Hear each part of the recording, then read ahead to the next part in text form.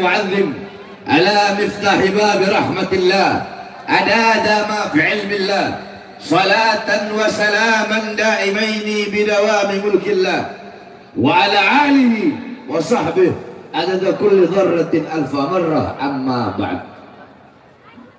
Yang saya cintai, yang saya muliakan para alim ulama, para habaib, para kiai, para asatid, para tokoh masyarakat, segenap aparat pemerintah, wabil khusus guru kita Habib Abdul Rahman Al-Jufri. Yang saya cintai, yang saya muliakan segenap pengurus Front Persaudaraan Islam Cilengsi Al-Ustadz Hulud. Dan yang saya cintai, yang saya muliakan segenap panitia peringatan acara Muharram Tahun Baru Islam, beserta yang saya cintai, yang saya muliakan bapak-bapak, ibu-ibu, hadirin hadirat, khususnya para pemuda-pemudi umat baginda Nabi besar Muhammad yang selalu dimuliakan oleh Allah Subhanahu wa Ta'ala. Sebelum saya mulai, saya tanya, ini kalian datang ke sini niat cuma mau ngelihat saya, niat cuma mau ngelihat, atau mau niat ngaji? Mau niat ngaji apa enggak? Diam, saya nggak bisa lama. Kita di sini ngaji, berarti kalau ngaji isinya paham?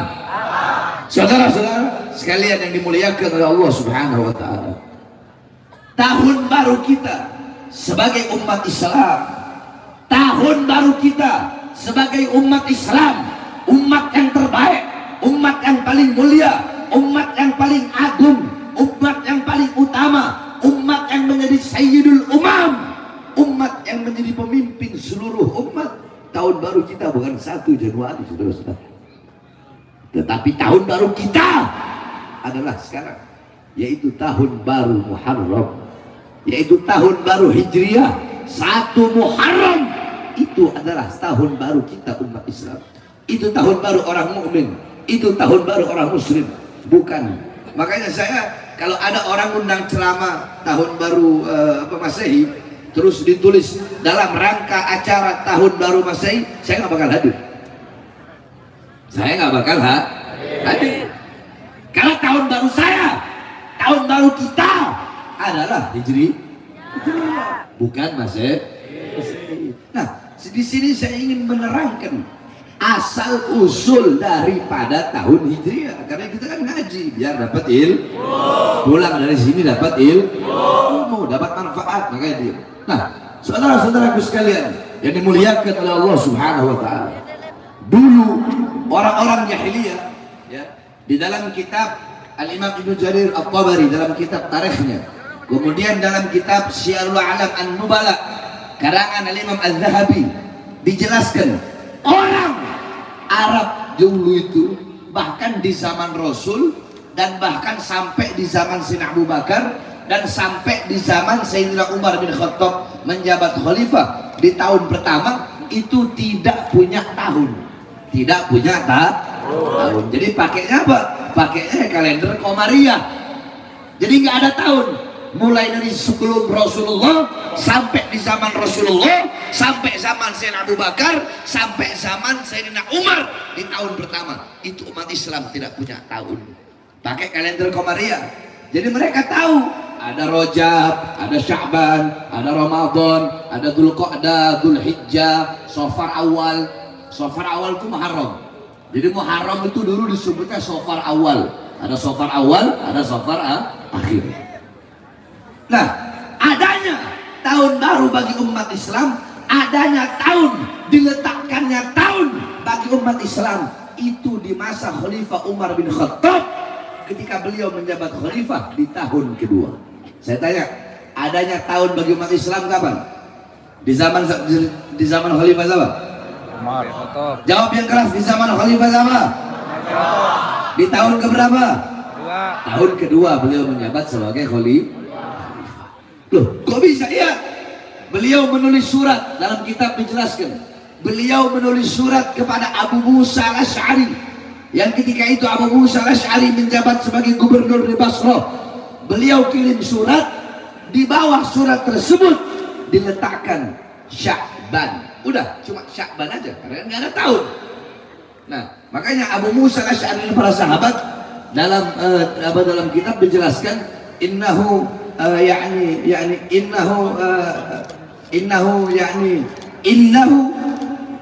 min amiril mu'minin kitaban, ya'tina min amiril mu'minin kitaban, dan telah datang kepada kami surat dari Amirul Mukminin, maktub tertulis di dalamnya Sya'ban. Walam na'rif ayu syai'in na'mal, dan kami tidak tahu apa yang harus kami lakukan. Kenapa?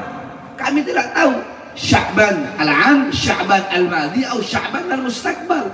Ini Sya'ban ditulis di sini Sya'ban kapan? Sya'ban tahun kemarin, Sya'ban tahun sekarang, atau Sya'ban yang akan datang? Karena tidak ada tahun, cuma ada Sya'ban. Kami tidak tahu ini Sya'ban tahun kapan.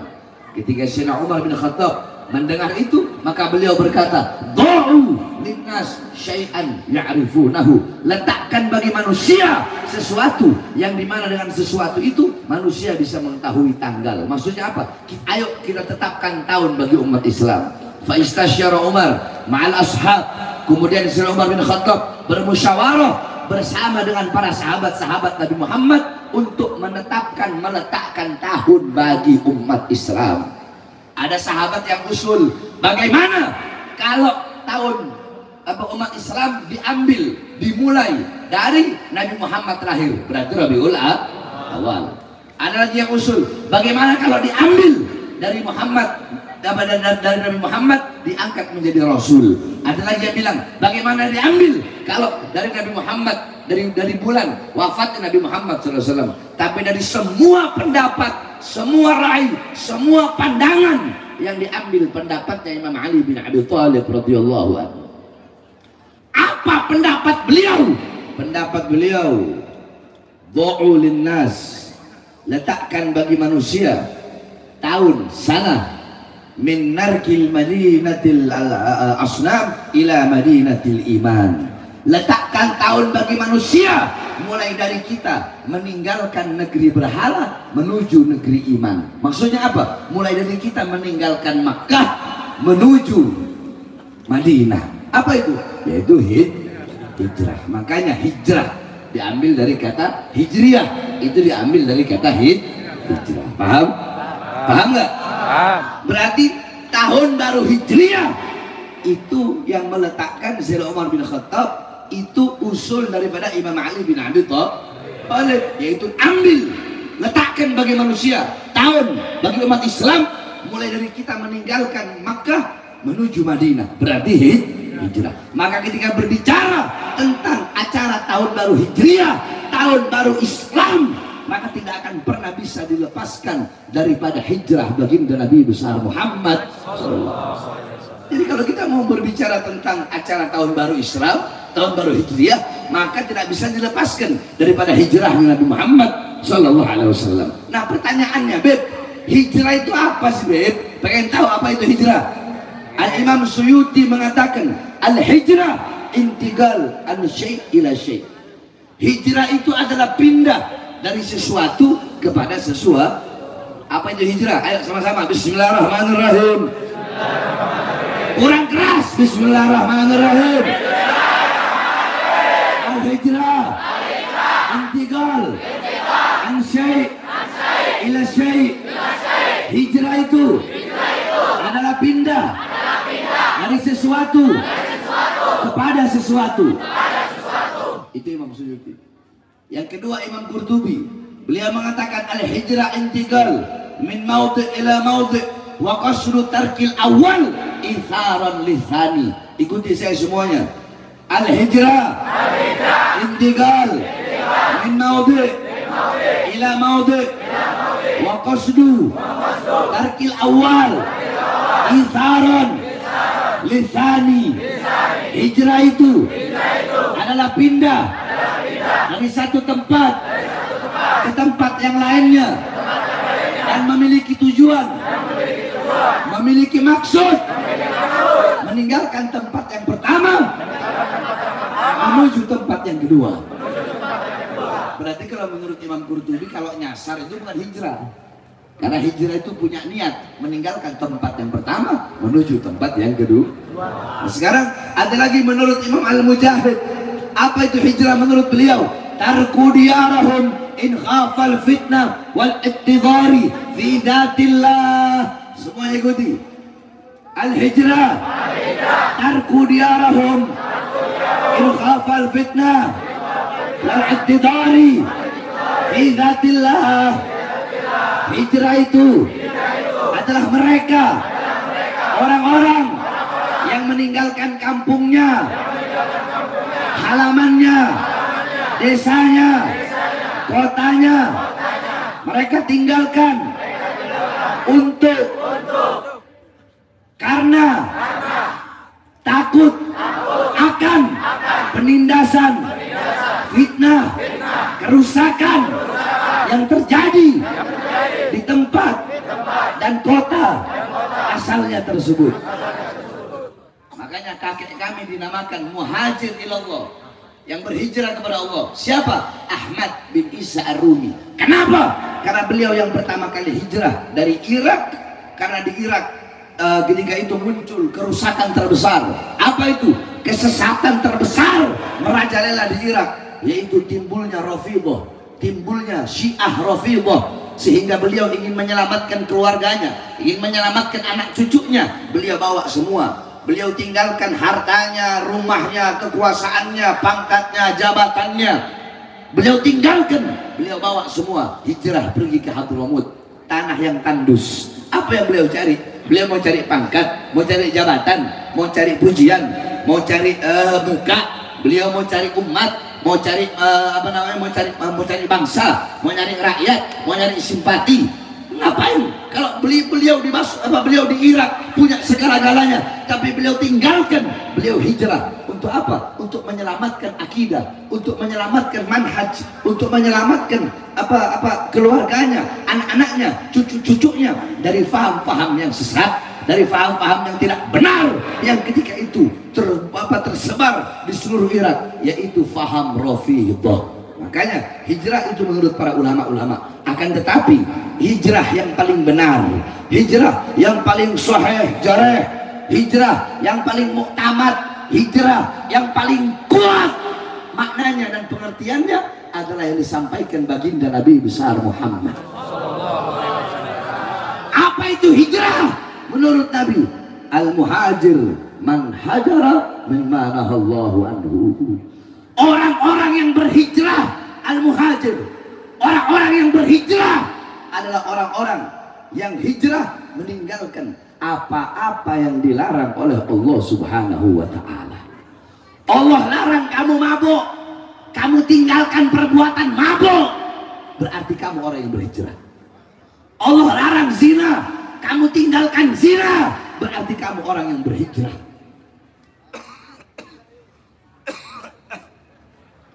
Allah larang kamu judi, kamu tidak berjudi, berarti kamu orang yang berhijrah. Jadi menurut Rasulullah, orang yang berhijrah adalah orang yang meninggalkan perbuatan dosa, yang meninggalkan perbuatan maksiat, yang melanggar taat. Inilah orang-orang yang melanggar, orang-orang yang tidak melanggar taat, orang-orang yang tidak melanggar perintah, orang-orang yang tidak melakukan maksiat, orang-orang yang meninggalkan perbuatan dosa, mungkarat, balalat, sayyiat, mukhalafat. Inilah sebenar-benarnya hijrah. Oleh karenanya, wasiat saya yang terakhir, saudara-saudaraku sekalian, ayo di bulan Muharram ini, tahun baru Islam ini, ayo kita hijrah. Udah cukup saudara-saudara. Hijrah dari apa? Hijrah dari kebodohan menuju kepintaran. Hijrah dari kehinaan menuju kemuliaan. Hijrah dari keterpurukan menuju kejayaan. Hijrah dari maksiat menuju taubat, menuju taat. Hijrah dari nongkrong menuju duduk di majelis-majelis ilmu, duduk di majelis-majelis ta'lim. Hijrah dari kemiskinan menuju kekayaan. Hijrah dari keterpurukan menuju ke kejayaan, menuju kesejahteraan. Hijrah dari kegalauan, kesedihan menuju kegembiraan. kesenangan, yang dimana kegembiraan dan kesenangan hanya bisa didapatkan dengan satu cara, yaitu ilmu. Hijrah daripada jauh dari orang-orang soleh menuju dekat kepada orang-orang soleh. Hijrah yang dulunya jauh dari majelis taklim, jauh dari majelis ilmu, yang dulunya suka nongkrong, hijrah sekarang nongkrongnya di majelis-majelis taklim, di majelis-majelis ilmu, di majelis-majelis zikir. Hijrah yang dulu rela mati demi klub sepak bolanya masing-masing, rela mati demi organisasinya masing-masing, rela mati demi apa? Kan ada tuh kayak tadi juga tuh, ada anak-anak motor RQ, motor ninja, betul, komunitas, rela mati demi komunitasnya masing-masing. Hijrah lebih rela mati di jalan Allah Subhanahu wa Ta'ala, lebih rela mati berjuang untuk menyampaikan kebenaran. Hijrah dari rasa takut menuju rasa berani untuk memperjuangkan agama Islam. Saya tanya semua anak-anak muda, siap hijrah? Ya. Siap hijrah? Ya. Siap hijrah? Ya. Siap hijrah? Ya. Tapi orang hijrah banyak cobaan. Kalian para perempuan-perempuan yang dulunya pakai rok pendek, dulunya buka kerudung, atau enggak kerudungnya dibikin kayak ini kayak warung, buka tutup, buka tutup, buka tutup, buka tutup. Banyak kayak begitu? Banyak ya? Ya, perempuan jilbabnya dibikin kayak apa namanya, kayak warung, buka tutup, buka tutup, buka tutup, buka tutup, ntar buka, ntar tutup, ntar buka, ntar tutup. Hijrah cuma banyak ujian. Orang hijrah itu banyak ujian, banyak cobaan. Akan tetapi kau harus kuat, kau harus sabar, kau harus bertahan, karena Allah mau angkat engkau punya derajat. Saudara-saudara, kita sekarang masuk tahun baru Islam. Yang telah berlalu bukanlah milik kita, yang akan datang waktu juga bukan milik kita. Saya tanya, waktu kemarin yang telah berlalu milik kita apa bukan? Milik kita apa bukan? Besok, waktu besok milik kita apa bukan? Waktu-waktu yang telah berlalu bukan milik kita, waktu-waktu yang akan datang juga bukan milik kita. Terus kapan waktu milik kita? Sekarang adalah waktu milik kita. Qala Imam Syafi'i, ad-dunya sa'ah. Imam Syafi'i berkata, dunia ini cuma sesaat, dunia cuma sekejap, nggak berasa, saudara-saudara. Waktu-waktu yang telah berlalu bukan milik kita, yang akan datang bukan milik kita. Terus kapan waktu milik kita? Sekarang adalah waktu milik kita. Maka manfaatkan, maka gunakan betul-betul waktu yang Allah kasih.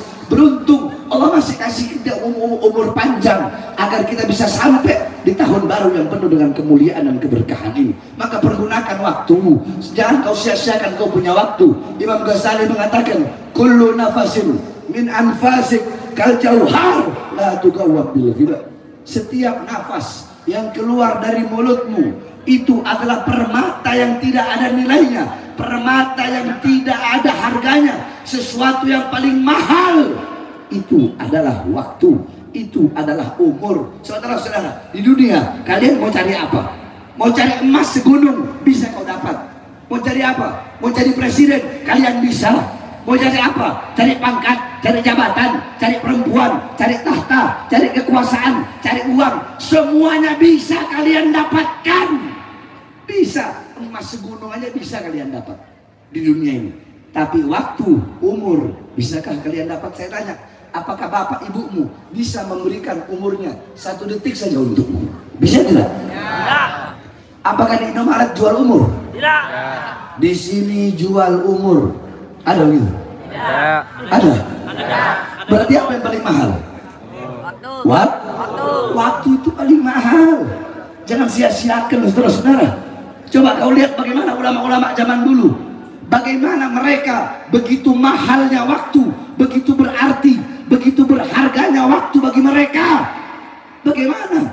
Saudara-saudaraku sekalian, ada ulama namanya Imam Abu Hatim. Imam Abu Hatim itu kalau lagi ngajar gini, makan roti, itu rotinya kan roti kering, dicelup dulu itu roti, dicelup sambil ngajar, dicelup itu roti, baru langsung beliau telan.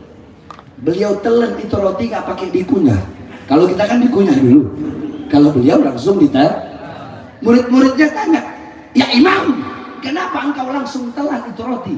Kenapa tidak kau kunyah dulu? Apa kata beliau? Waktu untuk mengunyah roti ini aku hitung itu 2 menit. Berapa menit? 2 menit waktu untuk mengunyah roti. Maka lebih baik langsung aku telan, tidak aku kunyah, agar 2 menit itu terpakai waktunya untuk mengajar kalian. Al-Habib Abdullah bin Husain bin Tahir, beliau pernah dikasih jam tangan. Ketika dikasih jam tangan sama muridnya, jam tangannya rusak, saudara-saudara. Ketika jam tangannya rusak, muridnya bilang, Habib, kenapa jam tangannya Habib nggak pakai? Oh iya, jam tangannya nggak nyala. Coba saya lihat, Habib. Ketika dilihat, oh ini bukannya nggak nyala, ini bukannya rusak, Habib, tapi baterainya habis. Baterai maksudnya baterai zaman dulu itu nggak tahu Allah alam pakai apa. Ini harus diganti, Habib. Apa jawab beliau? Oh mohon maaf, saya tidak punya waktu untuk mengganti baterai jam tangan. Ganti baterai jam tangan berapa lama sih? Paling 5 menit, 10 menit gantinya. Tapi beliau tidak mau menghabiskan waktu 5 menit, 10 menit untuk hal yang sia-sia. Saya punya guru dulu, ngajar mantik, ngajar balaghah, ngajar mustalah hadis, ngajar ilmu tarjih wa ta'dil, ulama, Masya Allah. Namanya Habib Muhammad bin Idrus Al-Haddad. Beliau tinggal di Malang. Beliau kalau mengajar kita orang itu baru masuk ruangan kelas, pintu kelas, baru masuk pintu kelas, hayya aulad, hayya igra'ud du'a, hayya aulad igra'ud du'a, nawaitu ta'alluma wa ta'lima, sambil jalan. Jadi pintu kelas di ujung sana, dari masuk pintu kelas beliau udah teriak, hayya aulad igra'ud du'a, nawaitu ta'alluma wa ta'lima wa dzikra wa tadhkira wa nafa wa intifa, sambil jalan. Wal ifana wal istifada wa hadza tabassul bi kitabillah wa bi sunnati rasulillah ibtigha wajhillah bi kulli rabbi subhanahu wa ta'ala bi suril Fatihah. Kenapa? Karena beliau tidak mau membuang waktu berjalan dari pintu sampai tempat beliau duduk itu untuk sia-sia. Lebih baik beliau pakai untuk membaca doa, sehingga ketika duduk waktunya nggak habis lagi untuk baca doa, langsung mengajar santri. Sampai segitu mahalnya waktu bagi beliau. Ada seorang ulama, ada seorang ahli nuhat, saya lupa namanya. Beliau pergi ke pasar beli ikan. Ketika beliau beli ikan, mau digoreng itu ikan, datang waktunya sholat. Mau digoreng, datang waktunya murojaah, mutola'ah. Beliau harus murojaah, mutola'ah. Mau digoreng, datang waktunya ngajar. Mau digoreng, datang waktunya sholat. Mau digoreng, datang waktunya bangun malam. Mau digoreng, datang waktunya baca Quran. Mau digoreng, datang waktunya baca wirid. Mau digoreng, datang waktunya sholat. Mau digoreng, datang waktunya ngaji. Mau digoreng, datang waktunya ngajar. Mau digoreng, datang waktunya murojaah, mutola'ah, hifdzul mutun, dan segala macamnya. Akhirnya ikan yang beliau beli terbiar selama 3 hari 3 malam. Akhirnya apa? Kata beliau, aku makan ikan itu mentah-mentah, tidak aku goreng, karena aku tidak punya waktu untuk menggoreng ikan tersebut. Coba ibu bayangkan, bapak-bapak, kalian bayangkan. Nah pertanyaannya, saya, kalian, kita berapa lama, berapa detik, berapa menit, berapa jam, berapa minggu, berapa bulan, berapa tahun waktu yang telah kita sia-siakan untuk hal-hal yang tidak berguna, untuk hal-hal yang tidak bermanfaat. Makanya mulai dari sekarang hijrah, berubah, manfaatkan benar-benar. Ini wasiat saya, manfaatkan benar-benar waktu yang masih Allah beri kepada kita. Saudara-saudara, kalian nggak bakal hidup selama-lamanya. Kullu nafsin dha'iqatul, kullu man 'alaiha fan, kullu syai'in khaliqun illa wajhah. Semua yang berjiwa, bernyawa pasti akan mati. Semua yang ada di atas bumi pasti hancur, pasti binasa. Semuanya mati kecuali Allah. Yang tua mati, yang muda mati, yang kaya mati, yang miskin mati, yang lapar mati, yang kenyang mati. Saya tanya, emang syarat mati harus tua? Jawab yang keras, syarat mati harus tua? Harus tua? Ada nggak di tengah-tengah kalian masih muda tapi mati? Ada nggak? Emang syarat mati harus sakit? Ada nggak yang sehat tiba-tiba mati? Ada. Orang tabrakan kan sehat, dia nggak sakit, ya kan? Tapi tiba-tiba mati. Nah, tidak cukupkah perkara itu, hal itu, kejadian itu menjadi iktibar, pelajaran bagi kita bahwasanya kematian itu datang tanpa pemberitahuan? Maka manfaatkan betul-betul kau punya waktu. Apalagi kau yang masih muda, ikhtanim khamsan qabla khamsin, manfaatkanlah 5 perkara sebelum datangnya 5 perkara. syababaka qabla haramika. Manfaatkan masa mudamu sebelum datang masa tuamu. Mumpung kau masih muda, masih bagus, masih bisa jalan ngaji kemana-mana, manfaatkan. Nanti kalau kau udah tua, baru nyesel. Ya Allah, kenapa dulu waktu masih muda saya nggak mondok, saya nggak ngaji. Akhirnya sekarang saya tua, saya bodoh, saya nggak tahu apa-apa. Ghinaka qabla fagrika. Manfaatkan masa kayamu. Mumpung kau punya uang, pergi haji, pergi umroh, ziarah ke orang soleh, bagi-bagi kepada orang miskin, bagi-bagi kepada anak yatim, bagi-bagi kepada para janda. Mumpung kau lagi kaya. Nanti kalau udah susah, udah miskin, nggak punya apa-apa, barunya nyesel. Kenapa dulu saya waktu kaya saya nggak haji, saya nggak umroh, saya nggak ziarah. Sekarang saya nggak punya apa-apa. Faraghaka qabla syughlika. Masa luangmu sebelum datang masa sibukmu. Mumpung punya waktu luang, waktu yang luang itu habiskan untuk ibadah kepada Allah, mendekatkan diri kepada Allah, takut kepada Allah, taat kepada Allah, baca Quran, baca zikir, baca aurat, baca hizib. Dekatkan dirimu kepada Allah, dekatkan dirimu kepada Rasulullah. Nanti kalau kau udah sibuk, baru kau tahu rasanya. Aduh, dulu waktu saya masih punya waktu kosong kemana aja. Sekarang saya udah sibuk. Saya gak punya waktu dengan akhirat. Saya sibuk dengan urusan dunia, harta, pangkat, jabatan, tahta dan kekuasaan. Sehataka qabla sagadika. Manfaatkan masa sehatmu sebelum datang masa sakitmu. Mumpung kau sehat, lagi sehat, ibadah yang banyak. Nanti kalau udah sakit, sholatnya gak bisa berdiri. Kalau udah sakit, sholatnya tiduran. Kalau udah sakit gak bisa ngaji. Wa mautika wa hayataka qabla mautika. Dan manfaatkan masa hidupmu sebelum datang masa matimu. Nah, 5 perkara ini tidak bakal ada yang tahu nilainya kalau mereka belum kehilangan 5 perkara ini. Kamu nggak bakal tahu nilainya muda kalau kamu masih muda. Nanti kalau kamu udah tua, baru kamu tahu begitu bernilainya muda. Betul? Kamu tidak tahu nilainya kaya kalau kamu masih kaya. Nanti kalau kamu sudah miskin, baru kamu tahu begitu bernilainya kaya. Kamu tidak tahu begitu bernilainya sehat. Kenapa? Karena kamu masih sehat. Nanti kalau udah sakit, baru kamu tahu nilainya. Oh, ternyata sehat itu enak ya. Saya tanya, kamu sekarang punya mata, tapi kamu tidak bisa menghargai itu. Kamu tidak bisa menghargai mata yang Allah berikan kepada kamu untuk melihat. Yang bisa menghargai dan yang bisa tahu nilainya mata hanya orang-orang yang buta. Yang tahu nilainya telinga orang-orang yang tuli. Yang tahu nilainya lidah orang-orang yang Jadi ibarat kalian ini lagi tidur. Kalian nggak, orang kalau lagi tidur dia sadar nggak kalau dia mimpi? Sadarnya pas kapan? Pas bangun kan? Nah, begitupun kalian, begitupun kita. Kita ini nggak sadar di dunia, terlena dengan segala macam. Nanti kalau udah sakit, udah tua, udah susah, udah nggak bisa apa-apa, baru kita sadar. Makanya wasiat saya sekali lagi, manfaatkan waktu yang Allah berikan kepada kita, jangan kita sia-siakan. Manfaatkan untuk beribadah kepada Allah Subhanahu wa taala. Mumpung masih muda, masih kuat untuk berjuang. Ayo berjuang. Saudara-saudara, masa Bahar bin Smith berkali-kali keluar masuk penjara karena menyampaikan kebenaran.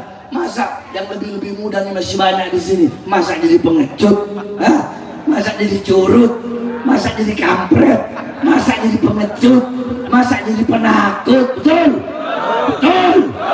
Makanya anak-anak muda televisi saya tanya, siap untuk berjuang? Kurang keras, masa baru jam segini banca aja belum keluar ini. Siap untuk berjuang? Siap untuk berjuang? Siap sampaikan kebenaran? Siap lawan kezaliman? Kasihan masih muda nanti di penjara, nggak apa-apa. Di penjara. Siap. Di penjara. Siap. Di penjara. Risiko paling kecil itu siap.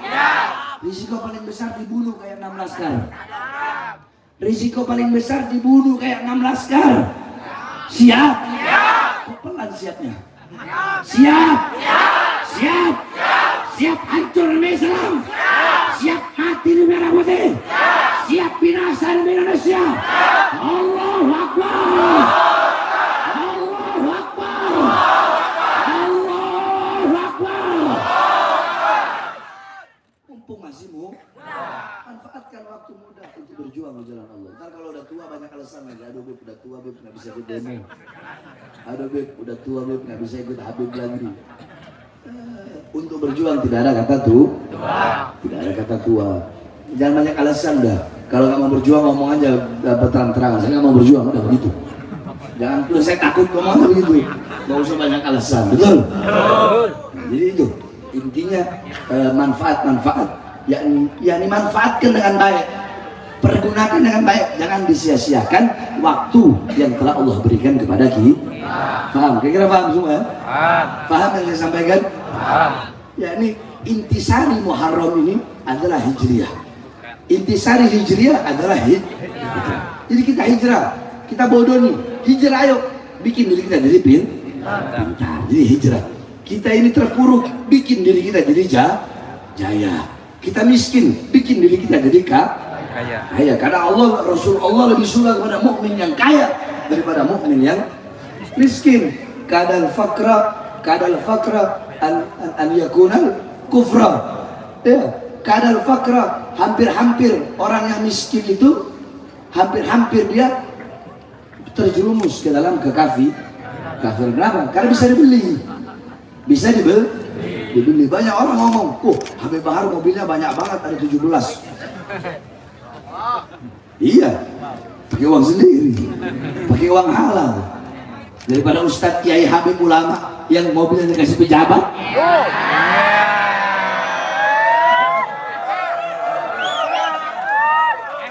Paham?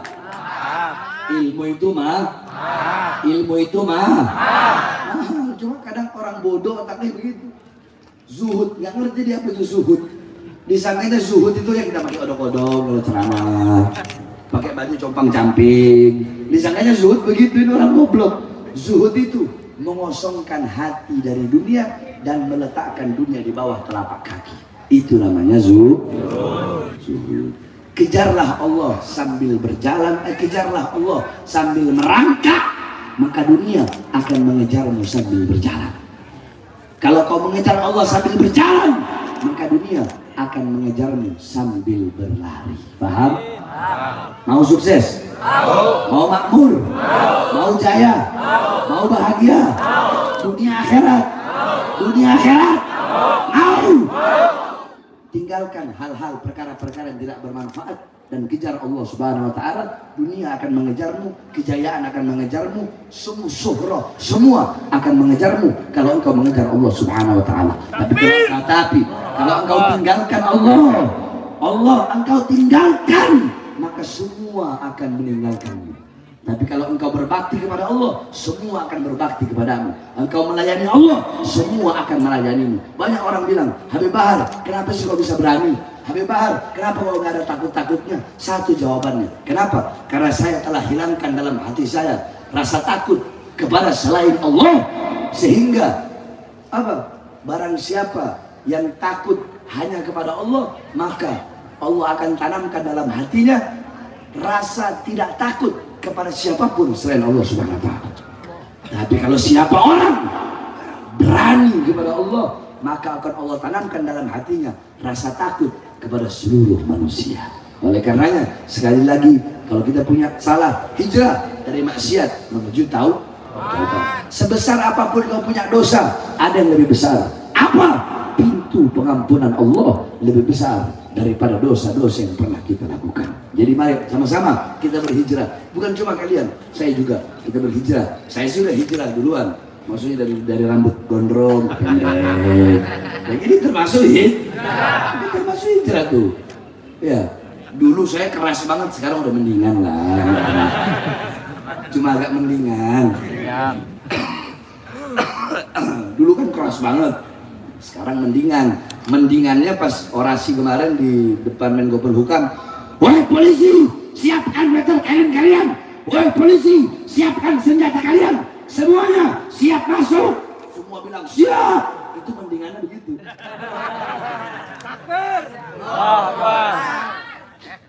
Beb, udah mendingan udah hijrah. Mendingannya kok begitu, Beb? Ya mendingannya begitu, bagaimana kalau sebelumnya? Ya, paham ya? Mudah-mudahan bermanfaat. Ya, doakan biar saya Allah kasih Allah berikan kesehatan. Ya, saya udah berapa bulan ini ceramah tuh nggak hadir sih. Paling banyak di daerah Banten kemarin tuh, saya berapa tempat tuh ada nggak hadir, ada berapa puluh tempat.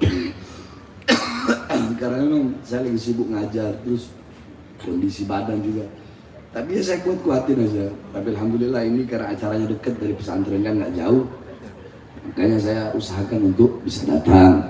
Ya, nah, umat juga tuh harus tahu kalau Habib nggak datang ya berarti Habib uzur. Saya ini bukan robot, kalau robot enak tinggal tukar pasang, copot, ganti baterai baru taruh, prak. Wah, cara apa? Enak kalau robot ya. Saya bukan robot, jadi kalau Habibnya nggak datang berarti itu ada uzur. Kalau saya nggak uzur saya pasti datang, nggak mungkin enggak. Saya lagi diinfus lagi sakitnya saya datang kok. Jadi umat juga harus ngerti, jangan nyalahin panitia. Wah panitia bohong, nggak boleh seperti itu.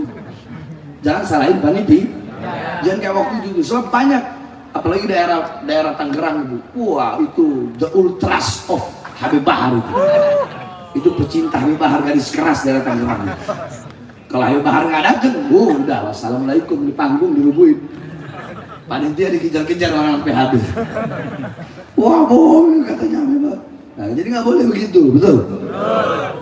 Saya juga manusia. Ya, saya juga manusia, apalagi saya punya anak sekarang udah 13. Udah 13, baru tahu kan? Anak saya 13, banyak anak saya. Kelihatannya aja masih muda begini aja. Jadi kalau nggak datang berarti jadi harus paham, harus ngerti, jangan salahkan panitia.